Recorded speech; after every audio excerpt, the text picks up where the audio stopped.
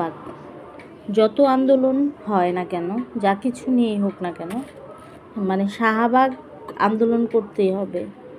তো এই শাহবাগ যারা আন্দোলন করে, সরকারের উচিত তাদের জন্য একটা টয়লেটের ব্যবস্থা করা, একটা হোটেলের ব্যবস্থা করা।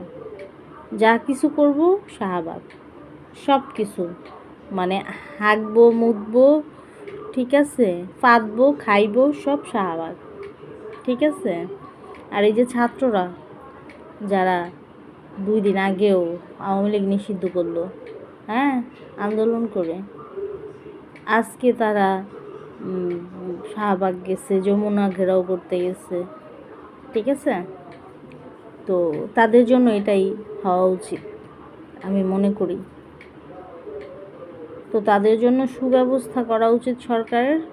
ওইখানে একটু গরম জলের বদলে একটু যে ঠান্ডা হাওয়া, তারপরে ঠান্ডা পানি, একটু টয়লেটের ব্যবস্থা, একটা হোটেলের ব্যবস্থা, সাথে যদি কয়েকটা বিছানা পাইতে দেয় তাও ভালো হতো। কারণ এখন আর এই ছাত্রদের জন্য আফসোস লাগে না, মজা পাই আমরা এইসব আন্দোলনে। ওই যে জনগণ, ওই যে এক ছাত্র বলতেছে, সাংবাদিক ভাইরা আপনারা সাপোর্ট করেন, হ্যাঁ, জনগণ আমাদের সমর্থন করেন। এই রকম করলে জনগণ সমর্থন করব না।